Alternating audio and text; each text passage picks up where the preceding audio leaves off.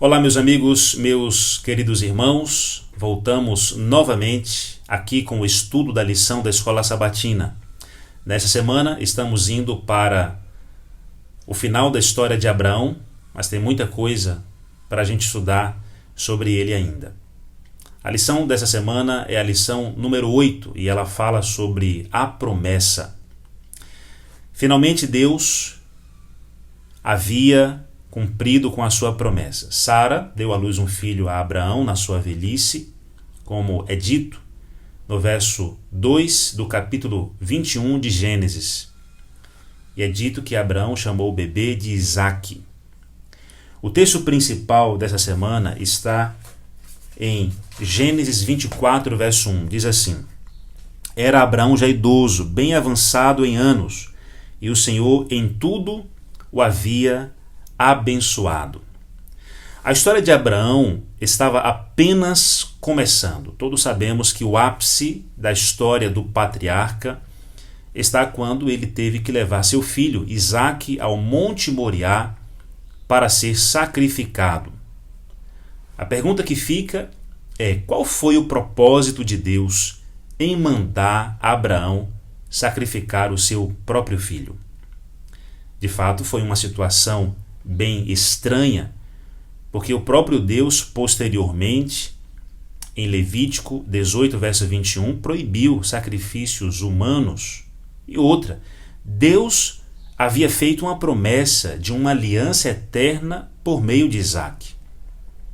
E agora, Deus disse em Gênesis 22, versos 1 e 2, depois dessas coisas, pôs Deus Abraão à prova e lhe disse: Abraão, este lhe respondeu: Eis-me aqui. Acrescentou Deus: Toma teu filho, teu único filho, Isaque, a quem amas, e vai-te à terra de Moriá. Oferece-o ali em holocausto sobre um dos montes que eu te mostrarei. De fato, uma ordem bastante estranha, algo inesperado. Eu penso que Abraão jamais esperaria isso, mas esta foi a ordem de Deus. Importante lembrar que Deus havia chamado Abraão para ser o pai dos fiéis.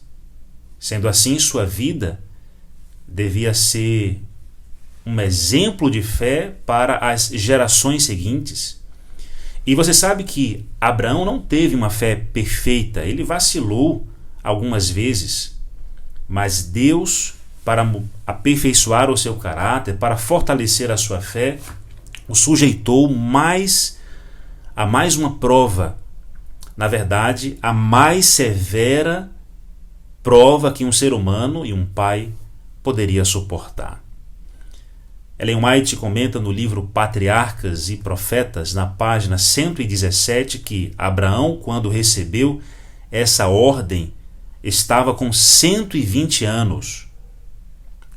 Ele já era idoso, não era mais um homem disposto, com energia, forte.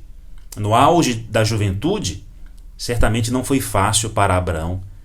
Deus escolheu guardar sua última e mais rigorosa prova para quando Abraão já era idoso.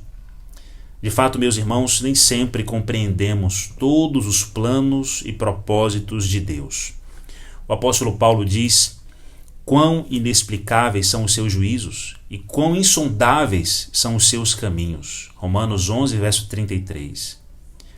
No livro Grande Conflito, na página 440, diz que Deus revelará a seus desígnios na medida em que seu conhecimento seja para nosso bem.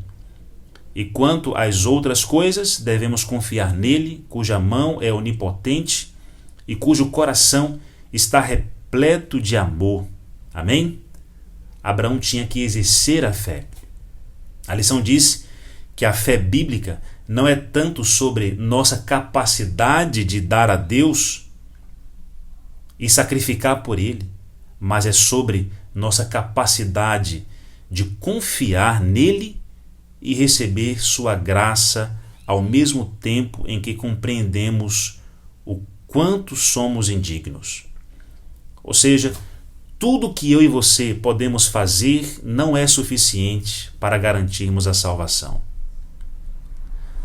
Da mesma forma, todas as obras de Abraão não podiam salvá-lo. A salvação não é o resultado das nossas obras. A salvação é o resultado da obra de Deus em nossa vida. Que eu e você tenhamos a fé de Abraão, que tenhamos na consciência que Deus dirige todas as coisas com sabedoria e justiça, e que o que Ele faz é sempre o melhor. Vamos orar? Nosso Deus e Pai, nós te louvamos porque podemos confiar em Ti mesmo sem entendermos todas as coisas. Fortalece a nossa fé, a nossa caminhada. Nos dá a Tua paz e a Tua bênção, em nome de Jesus. Amém. Deus te abençoe, um forte abraço e até o nosso próximo estudo.